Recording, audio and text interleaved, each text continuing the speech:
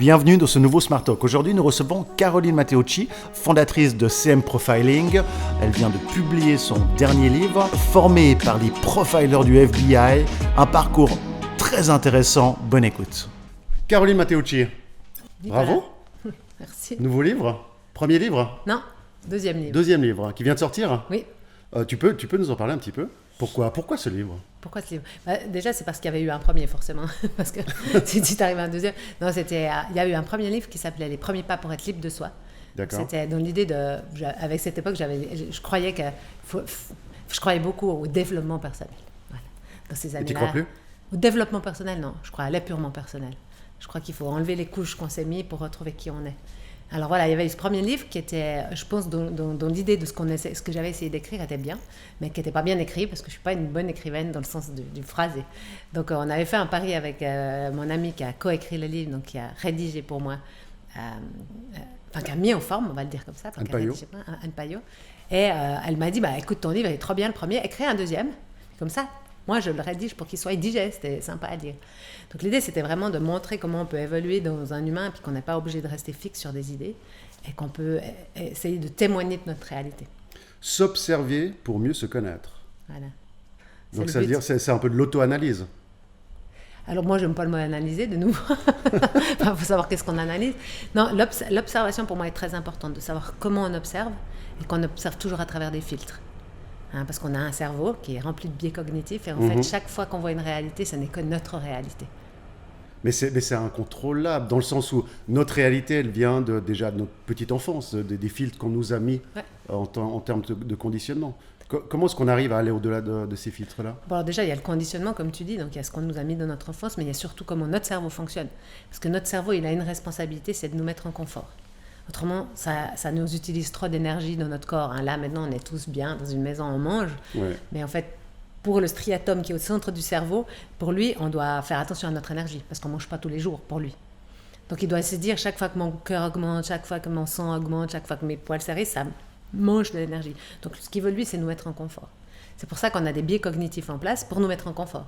Donc mettre en confort, la sécurité, le cerveau cherche la sécurité, ça veut dire que dès qu'il arrive à mettre une émotion ou quelque chose dans une case qu'il connaît, il se sent en sécurité, c'est ça? Parce qu'il n'a pas besoin d'augmenter le cœur. Tu vois, t'as pas peur, donc ton cœur commence pas à battre, à te dire ah non, j'ai pas peur. Ouais. Donc c'est ce qu'on appelle le biais de confirmation.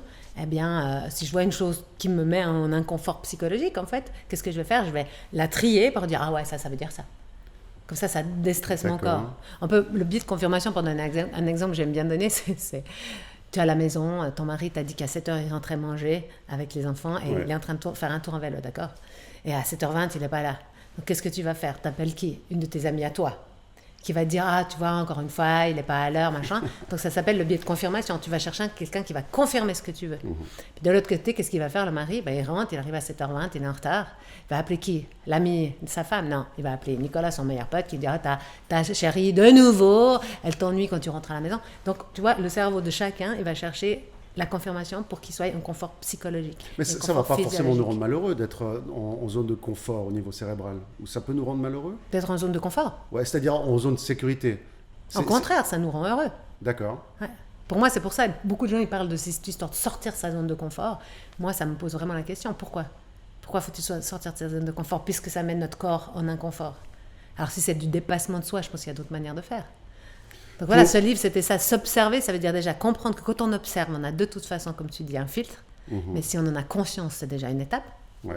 Les gens, ils ne se rendent même pas compte qu'ils ne voient les choses qu'à leur réalité.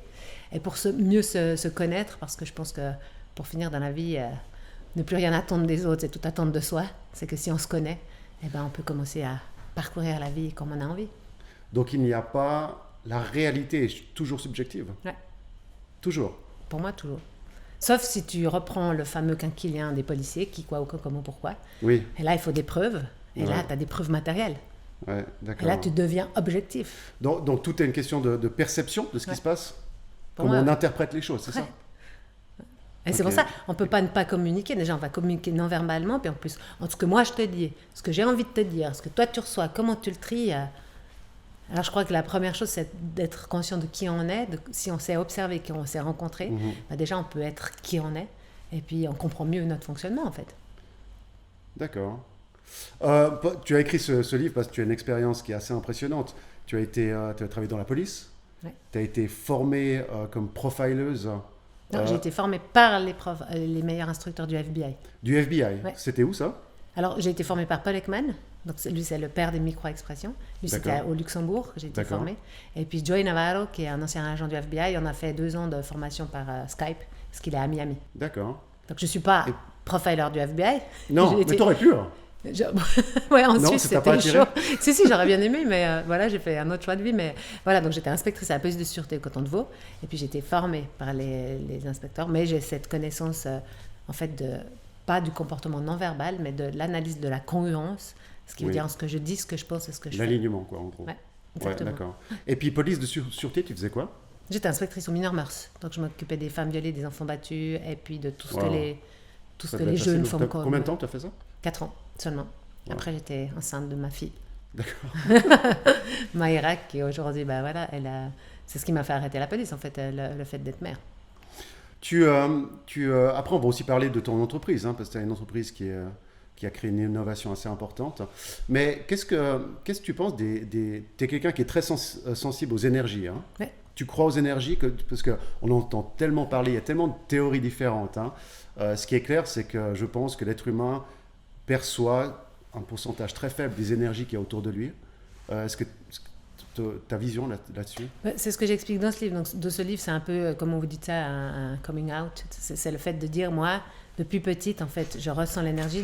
C'est la fourre du livre. Hein. Cette petite fille se connecte à elle dans la lumière de qui elle est réellement. Donc, c'est son être de lumière ou son énergie ou peu importe le mot qu'on met. Et quand elle se reconnaît, c'est cette rencontre entre 2 mondes.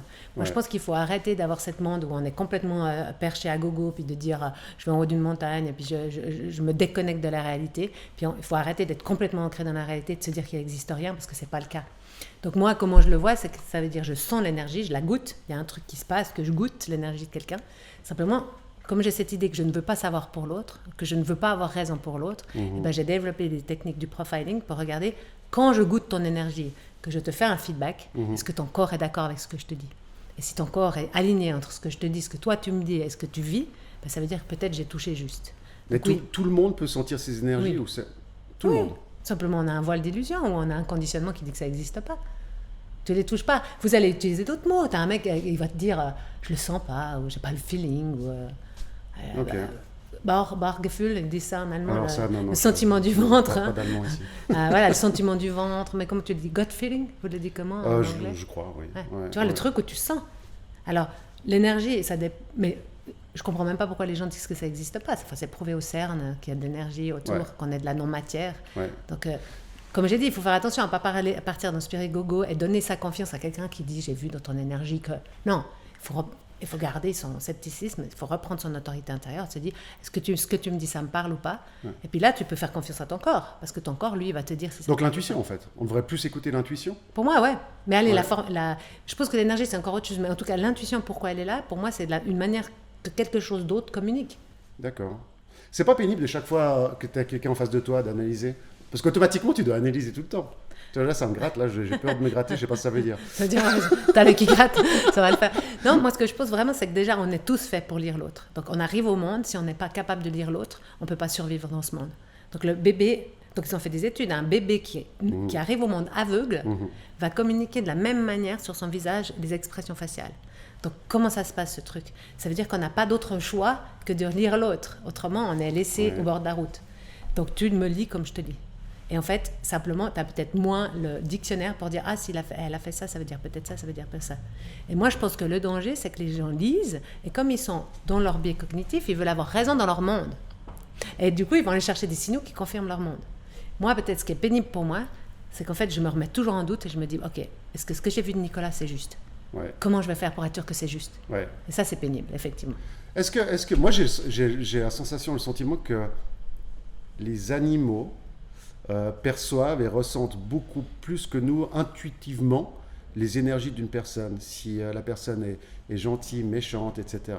Est-ce que je me trompe ou est-ce que c'est dur à savoir ou... Alors moi je ne suis pas spécialiste des animaux, mais toute la technique de Paul Ekman, elle est basée sur Charles Darwin, qui est basée sur les animaux et le fait justement que non seulement ils ont des émotions, mais qu'ils ressentent des choses.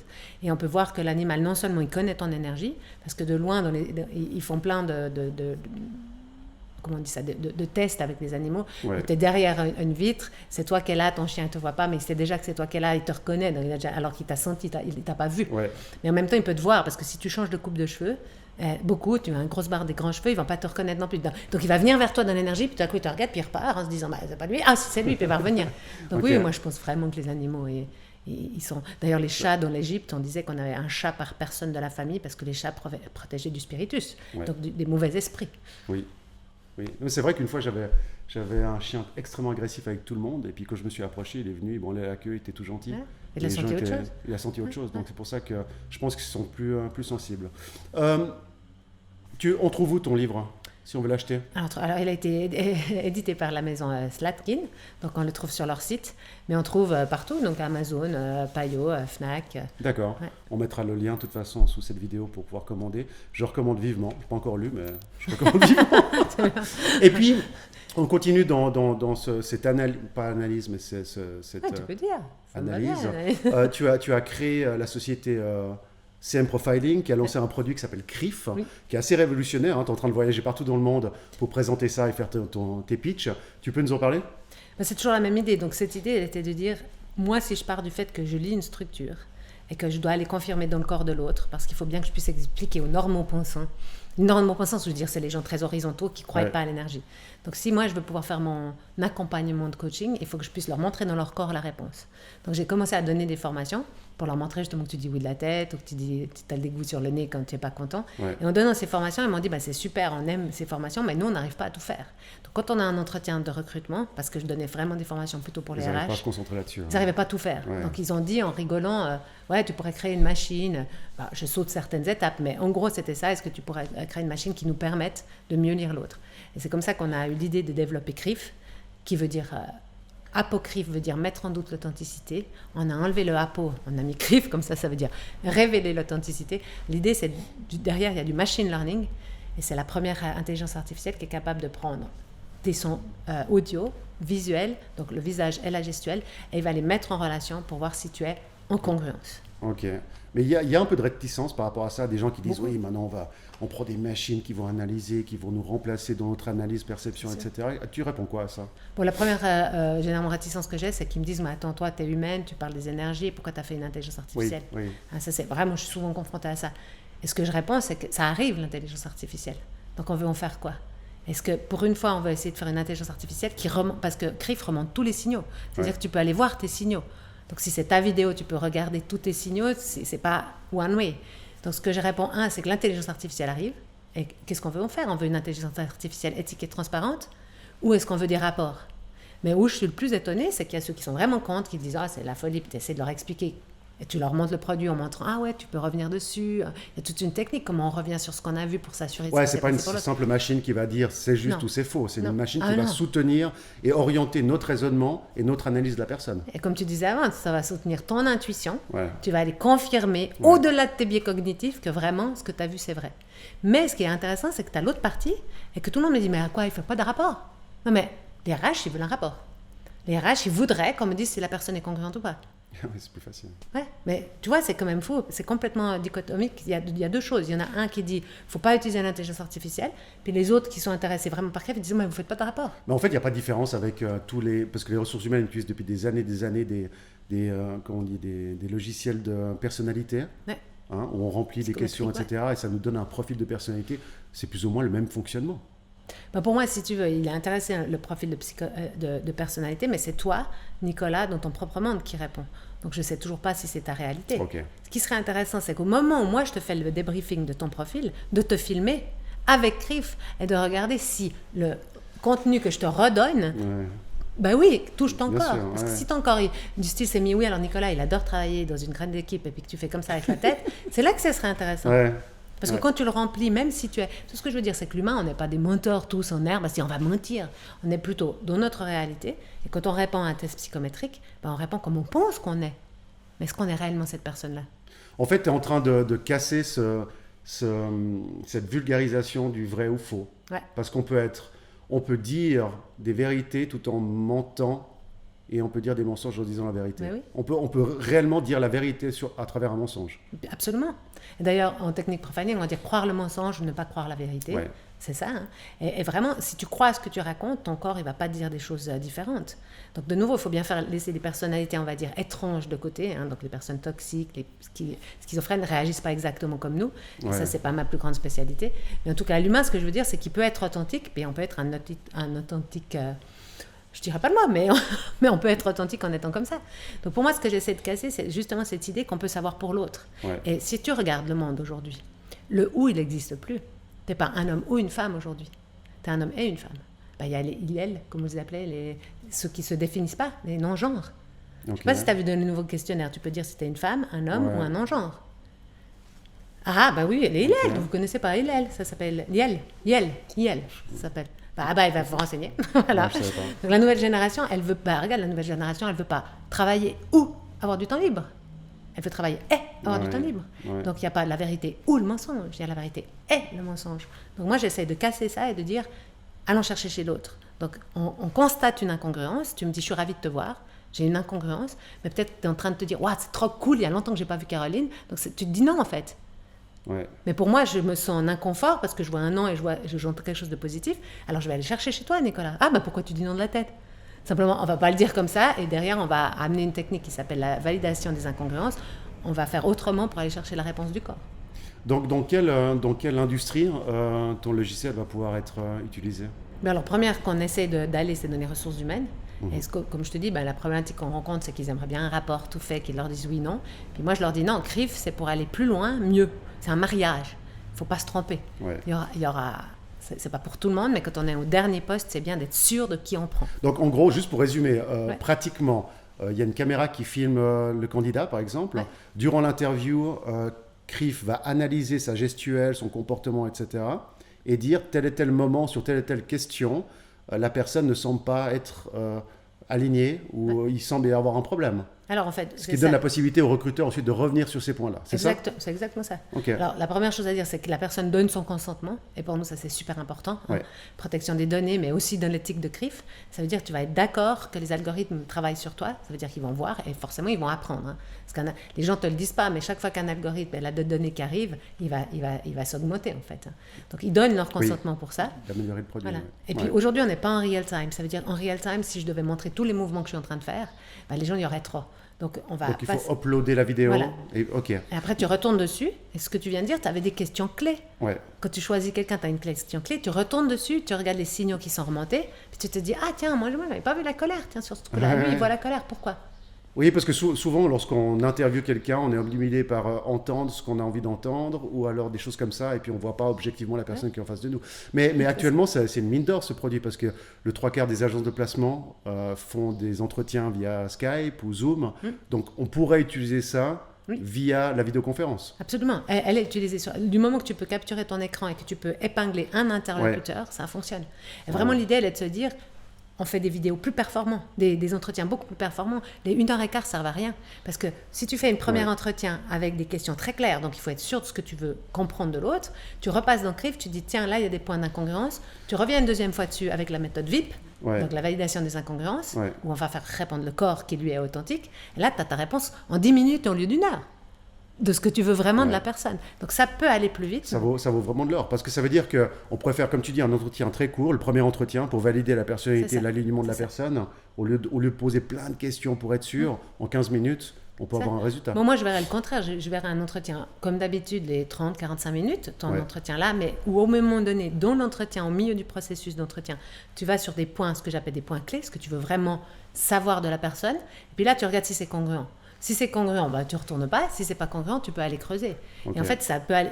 alors moi, ce que j'explique dans les formations, et ça c'est prouvé, c'est qu'au lieu de tes 45 minutes, si tu sais ce que tu vas aller voir chez l'autre, en 10 minutes, tu as tes réponses authentiques. Ouais. Donc ça, c'est... Donc oui, moi, je pense que... Oui, pour moi, tous les RH devraient l'utiliser. Alors comme je dis, ce n'est pas pour tous les postes et à toutes les étapes. Mais du moment que c'est un peu processé, ça veut dire comment je récupère cette vidéo, comment je le fais, c'est toujours la même manière pour tout le monde. Comme ça, on n'est pas discriminatoire non plus. Ouais. Hein, pour moi, c'est clair. Puis ça, c'est qu'un domaine. Hein. Mais c'est quoi, c'est un logiciel qu'on achète pour notre entreprise ou non, on paye par minute, par utilisation? Comment on le fait aujourd'hui, c'est qu'on va t'onboarder, donc on va t'expliquer les settings, on va expliquer les bases du profiling, donc ça c'est une petite formation, où tu l'as fait en ligne ou tu l'as fait en présentiel. Et puis l'idée, elle est que le premier entretien, il est supervisé par un profiler, c'est-à-dire moi pour l'instant, donc pour que la personne comprenne vraiment ce qu'elle fait, puis qu'elle s'acculture à l'intelligence artificielle. Okay. Puis ensuite, après, tu as un compte, tu te connectes, tu déposes ta vidéo, tu reçois un email quand elle est faite, tu constates ta vidéo. Voilà. Ok. Autre domaine d'utilisation? Marketing. Marketing. Oui, si tu veux lancer un nouveau produit.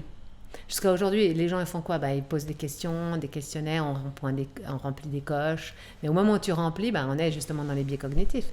Tu peux dire, c'est pas que tu vas mentir comme utilisateur, mais tu vas répondre... en test produit, tu parles. Ouais. Mais au marketing aussi, ça veut dire que tu lances une nouvelle vidéo, tu lances une nouvelle campagne, tu veux être sûr qu'elle a fonctionné.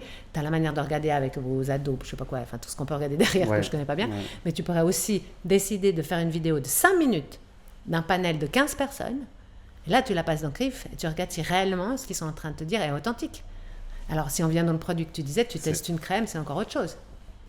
En fait, il faut comprendre que l'idée, c'est de rechercher la réponse authentique du corps et pas du cortex qui, lui, peut, entre guillemets, mais c'est passionnant, on a tous envie de le faire, de uploader une vidéo et puis de voir un peu la réaction. On va faire une nouvelle offre, alors là, comme on est tout le temps en train de bouger, je pense qu'à la fin de l'été, il y aura une offre où vous pouvez tester Criff gratuitement. Pour l'instant, vous êtes obligé de prendre une offre découverte, de passer par nous. Comme on est une jeune entreprise, on essaie d'être agile, on essaie d'écouter le marché pour que justement tout le monde puisse aller uploader une vidéo de 300 minutes, regarder comment ça marche. Les gens ont peur de s'auto-analyser? Bon, jusqu'à maintenant, moi, mais tu vois, la problématique, c'est que les gens qui sont à travers moi, je crois que quand j'explique la vision, ils comprennent qui je suis, puis ils sentent que derrière, il n'y a rien de négatif. Ouais. Mais effectivement, si tu ne connais pas, je crois qu'on a pas mal de progrès à faire sur comment on le dit dans le site, que les gens... Tu vois, mais ça, c'est pas mon métier. Et c'est ça qui est difficile. Si moi, je suis face aux gens, j'arrive à leur expliquer. Ouais. Mais là, je pense qu'on a du... Et quand tu analyses une de tes vidéos dans ton logiciel, c'est quoi le résultat? Je parle trop vite. Je parle trop vite, ça, c'est clair. Non, on voit bien. Ce que je trouve impressionnant, c'est comment je parle mal. Et je le sais pourtant. Et chaque fois que je m'entends, je me dis, mais pourtant, je fais des efforts. Donc, chaque fois, comment ça? Je parle mal, j'articule mal, je parle trop vite. Ouais. Et des fois, les gens, je me rends compte qu'ils ne comprennent pas. Le cerveau qui va plus vite que la bouche. Je sais pas. Mais en tout cas, chaque fois, je me rends compte de ça. Et puis, je me dis, pourtant... Et ça, tu vois, au niveau body impact, si tu veux faire un pitch, on parlait de pitch tout à l'heure. Oui. Tu veux faire un pitch, tu te filmes en faisant ton pitch. Tu te rends compte si ta gestuelle, elle est là. Tu te rends compte ta gestuelle de pacificateur. Hein. Quand tu es stressé, tu fais comme ça, ou tu touches ton cou. Tu te rends compte qu'il y a plein de gestes parasites, entre guillemets, que ça, tu peux performer. Mais ça a toujours une signification, sincèrement. Oui, ça a toujours une signification. Parce que des fois, on peut être très à l'aise et puis croiser les bras. Mais ça, c'est du confort, justement. Ça pas comme je t'ai dit, chaque signe est à observer en conscience du signe. Donc, je peux croiser les bras maintenant parce que je suis plus à l'aise comme ça. Je peux croiser les bras comme ça parce que tu m'as posé une question qui me dérange. Ce qui est important, c'est que moi, j'ai vu le signal et que je montre à l'autre que je l'écoute en conscience et que j'ai vu quelque chose. Parce qu'en fait, tu ne peux pas ne pas communiquer. Tu essaies de me dire quelque chose. Oui. Donc moi, je dois montrer que j'ai vu que tu me montres quelque chose et je dois revenir vers toi. Maintenant, il y a plein de signaux qui sont là parce que, j'ai mon piercing qui gratte, je leur mets à ma place, je remets mes cheveux. Mais est-ce qu'une fois qu'on maîtrise tous ces signaux, est-ce qu'il y a des gens qui arrivent à jouer avec ces signaux? Ah bien sûr. Alors, il y a des signaux sur lesquels on ne peut pas jouer. La tonalité vocale, par exemple, tu ne peux pas la contrôler. Aiguë ou grave, si tu as peur, si tu es triste, elle va changer toute seule. La micro-expression de Paul Ekman, même si tout le monde n'est pas d'accord, mais normalement, tu ne peux pas contrôler une micro-expression. Donc, il y a une gestuelle que tu ne peux pas. Si tu as très peur maintenant, ou on ne va pas prendre la peur, on parle toujours de la peur. Mais par exemple, si tu as un objet de désir dans tes yeux, ta pupille va se grossir. Tu ne peux pas contrôler. Tu vois, le loup qu'on fait dans Tex Avery, parce qu'il y a une jolie fille, on lui fait sortir les yeux du visage. Pourquoi? Parce que physiquement, c'est ce qui se passe. Ouais. Si tu aimes quelque chose, ta pupille va s'ouvrir. C'est pour ça qu'on aime bien les yeux clairs, parce qu'on voit mieux la pupille. Donc on voit mieux, en fait, on est plus en confort à quelqu'un des yeux clairs, parce qu'on se dit, donc oui, il y a plein de gestuels qui veulent rien dire, mais c'est toujours un signe de communication. Alors, marketing, ressources humaines, quelle autre industrie pourrait être intéressée par... Moi, j'aimerais beaucoup l'industrie de la psychiatrie, de l'aide à la personne, si on peut le dire comme ça. Comment on peut revenir sur des signaux qu'on va dire faibles d'une personne qui ne s'est pas rendue compte qu'elle n'est pas encore à l'aise pour sortir, par exemple, d'une clinique. Admettons qu'un jeune a été pris en charge pour tentative de suicide. Le psychiatre, il l'écoute, il fait l'interview, il sait faire tout ça. Mais c'est aussi un humain, donc... nous, on est en discussion avec plusieurs hôpitaux maintenant pour se dire comment on pourrait... Ça a du sens. Hein. Ouais. Pour revenir justement sur ces points clés avec le jeune, pour comprendre. Mais aussi si tu as une addiction, donc tu viens de te payer 6 mois de cure pour arrêter l'alcool. Nous, on va se mettre des biais cognitifs pour dire que tout va bien, c'est normal, c'est nos propres saboteurs. Alors avec Crive, peut-être on pourrait révéler des schémas inconscients de dire non, tu vois, là, c'est encore pas fini. Comment on va pouvoir encore accueillir ça pour que tu te sentes en confort de sortir? Et puis la politique. Non mais alors, je pense à tous les hommes politiques qui, franchement, certains devraient peut-être utiliser Crive. Ouais. Ben oui, mais alors là, c'est plutôt la question que tu as dit tout à l'heure. Est-ce qu'eux, ils sont prêts à se regarder? Ils ont des coachs, non? Ils ont tous des coachs de présentation, vocaux, etc., non? Mais tu vois, oui, mais quand tu as un coach, de nouveau, tu donnes la liberté au coach. Ça veut dire que c'est comme si je te donne mon autorité personnelle. Nicolas, tu es mon coach, je te donne...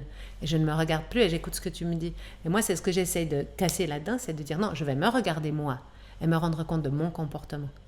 Comme ça, c'est pas quelqu'un d'autre. Même moi, si je supervise Crive, je montre les signaux. Mais je vais toujours chercher chez l'autre si la réponse est juste. Ouais. Donc bien sûr qu'il devrait faire, mais surtout au-delà d'utiliser Crive, il faudrait changer les techniques d'interview des journalistes, parce qu'on pourrait faire justement la VIP technique pour aller chercher la vraie réponse du corps, au lieu du cortex qui se défend. Ouais, c'est juste. Crive a eu le prix de l'innovation suisse l'année passée, c'est ça? Du prix, alors on a eu plusieurs prix, mais on a eu le prix RH numérique de l'innovation donc pour les ressources humaines, et on a eu un prix E4 Challenge. Ça, c'est aussi une innovation, mais elle n'est pas suisse. Il y a plein de prix. Oui, mais le plus important, c'était à Las Vegas, non? Ça, c'est le CES 2021. Ça, c'était... Ouais. Ça, on n'a pas eu de prix, en fait. On a été sélectionné au CES. Ce qui est déjà incroyable. Ouais, moi, je ne sais pas. Je ne peux pas dire, moi, je suis pas... Oui, c'était incroyable pour nous d'y être. Ouais. Après, oui, quand on va pitcher, là, j'étais à San Francisco avec Swissnex pour aller comprendre le marché des États-Unis. À la fin, les startup pitch, c'est Crive qui gagne les pitchs. Et je pense que la vision, je crois que ce qui est rigolo, c'est que les jeunes... Alors, par exemple, aux États-Unis, c'est super intéressant parce que les États-Unis, ils ne veulent pas l'utiliser pour le candidat en ressources humaines. Ils veulent l'utiliser pour le recruteur. Parce qu'à San Francisco, c'est beaucoup plus difficile de trouver quelqu'un qui va venir travailler chez toi parce que tu as Facebook, Google, machin. Ouais. Donc, c'est le recruteur qui doit performer. Tu vois comment tu peux changer le focus de... Ah, ok. Une sorte de contrôle des collaborateurs, quoi. Ouais, non, pas contrôle des collaborateurs, de la formation. Pour qu'ils soient meilleurs, pour attirer les meilleurs talents. Ah, ok, d'accord. Former les vendeurs de SaaS. Justement, avec tous tes voyages, là, tu pars au Canada, je crois, bientôt. Ouais. Tu fais un peu le tour du monde, parce que tu es invité un peu partout. Est-ce que la Suisse est peut-être un des pays les plus compliqués pour lancer un produit comme ça? Moi, je pense que la Suisse, en tout cas, alors, on a beaucoup d'aide, qu'on ne se rend pas compte dans d'autres pays, comme InnoSuisse, on a de l'aide. Oui, je ne parlais pas de ça. Voilà. Je parlais de la distribution de ton produit. Est-ce que peut-être... t'aurais pu, d'autres pays sont peut-être plus ouverts à l'innovation. Je pense que d'autres pays sont plus ouverts à l'innovation. Je ne pense pas que la Suisse est fermée. Je pense que la Suisse, c'est plutôt la problématique de la start-up. Nous, en tant que start-up, on a besoin de fonds. Ouais. On a besoin d'investisseurs. On ne peut pas durer seul. Déjà, on ne peut pas durer seul parce que c'est mettre tous les œufs dans le même panier. Puis ensuite, seul, on ne va pas très loin. Donc, on doit des investisseurs. Et en Suisse, on a des aides, mais c'est toujours beaucoup plus des aides pour les écoles que pour les start-up réellement. Puis c'est des aides assez assurances. Tu donnes, mais tu es sûr que tu reçois. C'est suisse, donc c'est OK. Alors que si tu vas aux États-Unis, moi j'ai peu d'expérience. Les business angels qui prennent le risque. Voilà. Puis eux, ils sont là, puis ils croient à ton idée. You have to think big. Donc ils veulent être grand. Alors qu'en Suisse, tu montes des chiffres, il faut que les chiffres soient comme ça. Puis quand je monte mes chiffres aux États-Unis, ils disent il faudrait un peu revoir les chiffres parce que comme ça ne va pas passer aux États-Unis. Ouais. C'est vraiment. C'est des mindsets différents au niveau de l'investisseur. Moi, je pense que la Suisse, on a franchement. Si la Suisse arrivait à garder son innovation, parce qu'il y a beaucoup d'innovations qui viennent des écoles. Il y a peu de start-up innovantes. C'est généralement des spin-offs. Ouais. Je parle de start-up. Et si elle arrive à garder son innovation en disant « mais comment on vous aide ?» Parce que les soutiens financiers des coachs, c'est génial. Vraiment, on a beaucoup de choses à les avoir. Mais le soutien, c'est l'accès au marché. Ouais. C'est l'accès au réseau. C'est que nous, ce qu'on a besoin aujourd'hui, c'est que les gens testent. Moi, j'ai pas de problème à ce qu'on me dise « j'aime pas ton truc, là, c'est pas parfait ». On sait que c'est pas parfait. Mais tant que les gens vont pas sur la plateforme tester et dire ce qu'ils veulent, Comment tu fais un segment? Les gens ils disent t'as ton segment. Non, parce que si les gens ne testent pas, et comment tu vas tester? Il faut des fonds. Oui. Parce qu'il faut une équipe, il faut du marketing, il faut faire des vidéos de contenu. C'est pas évident. Pour vous racheter ou pour vous accompagner. Mais c'est toujours le problème du financement opérationnel avant de passer à cette deuxième étape, quoi. Oui, puis aujourd'hui, on est vraiment ce qu'on appelle dans une phase d'acceptance du marché. C'est qu'on a une plateforme, on a un produit qu'on peut tester et on regarde quel segment on veut aller. Donc maintenant, ce qu'on veut, nous, c'est grandir. Oui. Et si on veut devenir grand, il faut des gens qui investissent. Donc on est prêt à trouver des investisseurs. Donc si des investisseurs nous écoutent, vous pouvez vraiment... Ça peut être des investisseurs par pays aussi, hein? Oui, alors ça, des fois, là, c'est des choix de start-up qu'on doit faire. Parce que le problème de la start-up, c'est la dissolution. Hein. C'est-à-dire que quand tu vends ta start-up, à un moment donné, tu as 100% des parts ou 50%. Il ne faut pas ni la vendre trop vite ni trop tard parce qu'il y a un problème de dissolution. Puis l'investisseur, il veut un retour sur investissement, ce qu'on appelle la levée de fonds. Ça, c'est OK. Donc il faut bien choisir ça. Et les pays, des fois, parce que je comprends, ils veulent bien investir, mais ils veulent que tu aies ta société chez eux. Aux États-Unis, pourquoi ils investiraient pour une société suisse? C'est pour ça que je disais la Suisse doit faire attention à garder son innovation. Parce que moi, si je ne trouve pas un investisseur aujourd'hui qui peut non seulement me donner de l'argent, mais m'accompagner dans tout l'opérationnel, tu vois, moi, je ne veux pas... Bah oui. Au bout d'un moment, tu survis. Enfin, je veux dire, tu pars ailleurs, c'est pas de la survie, mais c'est vraiment te dire, OK, plus loin on me donne. Donc ta réflexion, elle est juste. Donc oui, nous, on cherche des investisseurs aujourd'hui et on est ouvert à discuter, puisque c'est ma société aujourd'hui. Donc j'ai pas... Parce que tu pourrais aussi vendre une partie, c'est-à-dire une des disciplines, tu vois, où l'investisseur va la prendre, va investir pour développer cette discipline-là.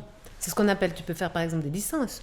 Tout est possible, mais maintenant, il faut y aller. Enfin, c'est-à-dire, non, mais c'est ça. Je pense que les gens, peut-être, ils ne se rendent pas compte de... L'opportunité de CRIF, elle n'est plus à mettre en doute. Hier, je parlais avec un gars justement au Canada pour voir si je vais aux collisions. Donc, j'étais allée au Web Summit l'année passée, c'est des grandes foires de l'innovation. Oui. On avait gagné le pitch, là on va à collision. Et il me disait, sa dernière société qu'il a aidée en intelligence artificielle, elle vient de lever 100 millions. Et ici en Suisse, on te parle de prêter 100 000 francs. Alors, on ne peut pas. Mais c'est ça qui est fou, c'est qu'il y a d'autres startups, hein. On parlait d'une marque juste avant, on va pas la dire, mais qui arrive à... la dire, pour moi c'est OK, elle est bien. Non, mais des agrégateurs, par exemple, de jobs qui ont été créés, qui sont vraiment très performants, très forts, mais qui restent un agrégateur de jobs qui arrive à soulever 200-250 millions. C'est énorme. Ils sont géniaux, ils sont super forts. Ils sont super forts, ils sont excellents. Mais ce que je veux dire, c'est que ton produit est quelque chose de nouveau, qui n'existe pas sur le marché, donc c'est étonnant. Oui, mais toi qui connais bien ça, parce que tu as donné assez de formation dans le marketing, c'était right time, right market. Peut-être on est trop innovant. Enfin, on a vraiment ce truc où on est très innovateur, où on essaye de rendre une intelligence artificielle transparente, éthique. Oui. Tu vois, derrière, nous, on a une vision de l'humain. Parce que nous, on pourrait faire beaucoup d'argent. Mais c'est ça aussi, peut-être un des problèmes. Parce que je te connais un peu, mais tu es très humaniste, forcément, avec les bouquins que tu écris. Mais c'est vrai que il y a vraiment le focus d'expliquer aux gens, de prendre le temps, de nuancer. Et il n'y a pas cette approche de votre côté push business, commercial, etc., qui pourrait peut-être faciliter la recherche de financement. Rien que si tu imagines le nombre de signaux que prend CRIF. Nous, on ne pourrait rien vous montrer. Ouais. Et puis on pourrait décider que tu as eu 10 fois oui de la tête, 2 fois non, tu étais 14 fois incongruent, donc tu es un menteur. On peut faire ça. On peut vraiment faire ça. Mais tu n'as pas eu d'offre encore de Facebook? Je suis pas sûre que j'irai avec eux, mais... Parce que franchement... Facebook, moi j'aimerais bien... Mais tu as raison, peut-être que c'est la limite de la vision pour finir, mais c'est ce qu'on défend. Derrière CRIF, c'est pas juste faire de l'argent, c'est vraiment amener un changement. Si on veut amener le changement... Tu sais, quand on parlait de... Mais c'est ça, je veux juste souligner. Après, je veux juste souligner, parce que je te connais un peu et je dois vraiment avouer que si tu crées un projet, toi... Non, mais si tu crées un projet, c'est que ça vient du cœur, et puis tu n'as jamais cette vision, je vais créer ça, ça peut rapporter tant. C'est assez rare quand même pour le soulever. Ouais. Excuse-moi, je t'ai interrompu. Non, mais je te remercie de le soulever. Non, mais vraiment, c'est ça. C'est derrière, c'est cette vision. Tu sais, moi, je disais... je disais encore ce matin, Nabila, quand elle avait dit « T'es une fille, t'as pas de shampoing ». Vous vous souvenez de ça? Allô. Moi, j'aurais envie de dire, chaque humain sur la Terre qui utilise l'intelligence artificielle devrait dire « Quoi? Tu me filmes, tu n'utilises pas CRIF ?» Mais ça devrait être ça aujourd'hui. Oui, c'est vrai. Non, mais si on va loin. Écoute, moi ça me sonne parce qu'on fait énormément de vidéos et c'est vrai que ce serait vraiment plaisant de pouvoir voir. Mais tu vois ce que je veux dire? Nous, on devrait arriver à changer le mindset de l'humanité en disant utilisez CRIF. Pourquoi? Parce que c'est transparent, c'est éthique. Vous allez voir ce qui s'est passé. On est des fois trop focusé à dire il faut vendre ça au RH. Mais en fait, si chaque humain, la prochaine fois on lui dit t'es filmé pour une interview, puis il devrait dire mais moi je veux être filmé par CRIF. Il n'y a pas CRIF, alors je ne fais pas. Ouais. Pour moi, ça, c'est la réussite. C'est comme le correcteur d'orthographe sur Word. C'est ça. Il n'y a pas le correcteur, alors j'écris pas. Surtout moi. Mais ça devrait être ça pour moi, vraiment. D'accord, ça a du sens. Ouais. Ça va certainement même devenir comme ça. Tu t'imagines, on a des compétiteurs qui font... alors, ils sont très ennuyeux aux États-Unis, parce qu'il y a une nouvelle règle sur justement l'intelligence artificielle. Si elle n'est pas éthique et transparente, ils doivent couper les algorithmes, mais ils faisaient jusqu'à maintenant 1 million tous les 90 jours. 1 million d'interviews, donc ça faisait 1 million d'interviews à 100 francs d'interview tous les 90 jours. Et derrière, c'est une intelligence artificielle qui trie les données et qui te dit t'as juste tout faux. Et c'est ce que je te disais avant. Certains RH voudraient ça. Moi, je suis prête à faire ça, non. Un RH aurait le droit de trouver une vidéo sur YouTube d'un de ses candidats, etc., et de l'uploader sur le logiciel pour voir les résultats, ou il n'a pas le droit? Non, parce qu'en fait, quand tu es sur notre logiciel, sur la plateforme, tu dois créer un interview, et puis il y a un document signature IE, je ne sais plus quel c'est, un truc consentement automatique qui part, que tu dois renvoyer signer. Ah non. Non, après j'essaie de réfléchir aux dérives. Mais oui, mais il y a des dérives, parce que tu pourrais faire signer un consentement de quelqu'un qui n'est pas la bonne personne. Tu vois ce que je veux dire? Entre la vidéo qui est censée être Nicolas Nervy et que je reçois la vidéo de Simon, si c'est toi qui as signé pour Simon, comment je le sais? Je te connais pas en vrai. Oui, bon, donc, ça c'est un faux. Oui, voilà. Mais parce que souvent on me dit ouais, mais on peut faire des choses dangereuses avec RIF. Oui, mais nous on essaie en tout cas de mettre le cadre. Toi, sur la plateforme, tu trouves les formations en base au profiling, tu utilises les settings, on essaye, mais bien sûr qu'il y a des dérives. Mais vous voulez quoi? Des intelligences artificielles qui vont nous suppléer, parce que c'est ce qui arrive. Tu as juste ta faux. Tu as dit 3 fois ça, t'es moi. Vous voulez essayer de créer, mais même au niveau du dataset, Nicolas, que chaque personne soit d'accord que son dataset soit utilisé à grandir quelque chose qui fait sens, qui apprend le comportement humain. Tu vois, par étapes, les yeux, la bouche. Et pas se passer sur des trucs, certes prouvés, mais vieux. Parce que le consentement, on le donne quasiment tous à Instagram, par contre. Oui, mais alors ça pose pas de problème aux gens. Pas de problème. Mais par contre, l'objectif est un peu différent. Ouais, mais alors ce qui est fou, c'est que quand nous, toute petite start-up, si on n'a pas un DPO autour, alors c'est un très gros problème. Si tu n'as pas mis 12 fois la petite clique, si tu n'as pas tes conditions générales, là, on vient nous embêter. Donc nous, on est bien carré. Mais alors tout le monde, Facebook, t'envoie tes vidéos comme tu veux. Par contre, Google peut enregistrer des conversations, il n'y a pas de souci. Prochaines étapes de CRIF, ça va être quoi alors? À part trouver non, des investisseurs. Non, moi je pense que la vraie prochaine étape, c'est d'arriver à faire des formations e-learning pour que les gens puissent s'adapter à ça. C'est d'arriver à faire du bon marketing. Vraiment, je pense qu'on a des choses à améliorer dans ce qu'on a fait, mais on est bien accompagné. Donc mais je le dis sincèrement, ça veut dire que vraiment on doit changer. Je pense qu'on a fait des choses qui n'ont pas forcément fonctionné. Je pense qu'il y a ça, c'est une étape. Puis l'étape de CRIF, c'est pour moi, c'est cette offre qu'on va faire, mais c'est que les gens l'utilisent. Venez donner un feedback, testez-le. Avoir une version gratuite pour pouvoir... Mais oui, testez-le. Il est où le risque de toute façon? Ça ne coûte pas assez cher pour te dire que tu as un risque. Il n'y a pas de risque derrière. Webinaire, vous faites des webinaires? On les a mis en place, ça on a proposé, on commence, mais voilà, nous on avait beaucoup de challenges. On a reçu le prototype InnoSuisse, donc à fin 2021, on devait développer une plateforme. Il faut comprendre, les gens des fois ils ne comprennent pas, mais derrière la plateforme c'est un peu comme Netflix. C'est-à-dire que quand on voit X 1000 vidéos, il faut que les vidéos puissent être toutes mises en queue quelque part pour aller dans les algorithmes. Donc de derrière on se dit, il fout de quoi? Mais en fait il y a énormément de travail de développement rien que la plateforme. Et puis les algorithmes maintenant, ils n'ont pas encore été retravaillés. Et ça c'est notre prochain challenge. Notre gros challenge c'est le machine learning. Ça, ils sont dessus au taquet, les ingénieurs. On commence là. Mais voilà, et les prochaines étapes, c'est, comme tu l'as dit, c'est de lever des fonds et puis d'aller comprendre les marchés et les segments de marché. Tu arrives à avoir un petit peu de temps pour toi encore? Parce que tout ça repose essentiellement sur toi. Aussi, tu as toute une équipe très performante. Mais ce que je veux dire, c'est que CRIF, ça vient de toi. Ouais, alors moi, j'ai plus beaucoup de temps. Surtout, il y a le livre. Il y a le livre, j'ai des enfants. J'en ai 4, de grands, de petits.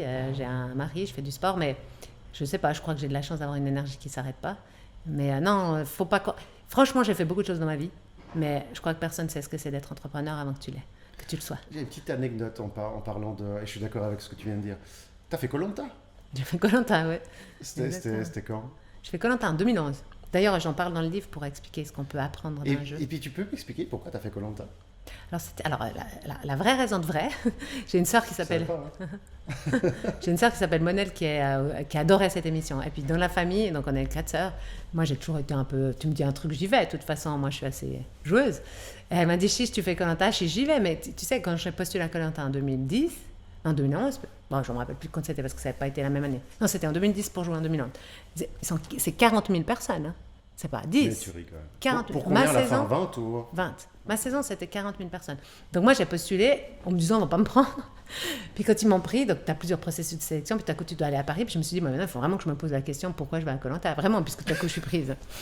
Et là, j'avais écrit ce livre, Les premiers pas pour être libre de soi. Puis je me suis dit, tiens, je vais regarder si en environnement hostile, vraiment hostile, je suis capable d'être dans la bienveillance et dans la bientraitance. Et puis, tu as réussi? Oui, mais ça ne m'a pas fait gagner Koh-Lanta. T'as fini combien de temps? T'es resté combien de temps là-bas? Moi, ils m'ont sorti juste avant la réunification. Parce qu'en fait, pour ceux qui ne connaissent pas Koh-Lanta, on a 2 groupes. Donc, si tu veux, il y a 2 équipes qui se bagarrent. Puis après 20 jours, parce que c'était 40 à l'époque, après 20 jours, on ne devient plus qu'une équipe. Donc tu t'imagines bien que si on est dans la même équipe, toi et moi, tant que je suis forte dans la même équipe, ça te va bien. Tu n'as pas réussi à poser une stratégie qui te... Non, mais c'est ce que je dis, parce que moi, parce que je suis pas stratégique, parce que j'avais pas d'ego, j'avais pas assez d'ego. Là, j'aurais dû avoir là, j'aurais dû utiliser mon conditionnement. Surtout, j'avais pas compris que les filles allaient me mettre dehors parce qu'elles me trouvaient trop forte. Donc en fait, dans l'équipe, j'étais bien, mais elles savaient que le jour d'après, c'était la réunif. Ce qu'on dit, alors elles m'ont sorti. Mais elles ont raison, les filles. Alors elles ont joué juste, mais moi j'étais complètement bleue. Moi j'aurais dû aller vers les garçons et dire attendez, les filles vont mettre mon nom, mais j'ai rien. Mais moi je pouvais même pas imaginer comment ça sortait. T'as aidé tout le monde et puis à la fin t'as sorti. Je sais pas si j'ai aidé tout le monde, mais non, je pense pas que j'ai aidé tout le monde. J'ai essayé d'être là comme je suis avec toi, enfin qui je suis, mais vraiment j'étais complètement bleue.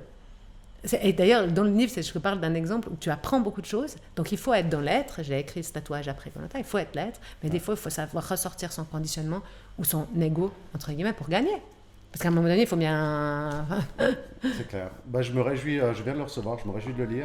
Ouais. Et je te remercie beaucoup, Caroline. Merci à toi, Nicolas. Merci.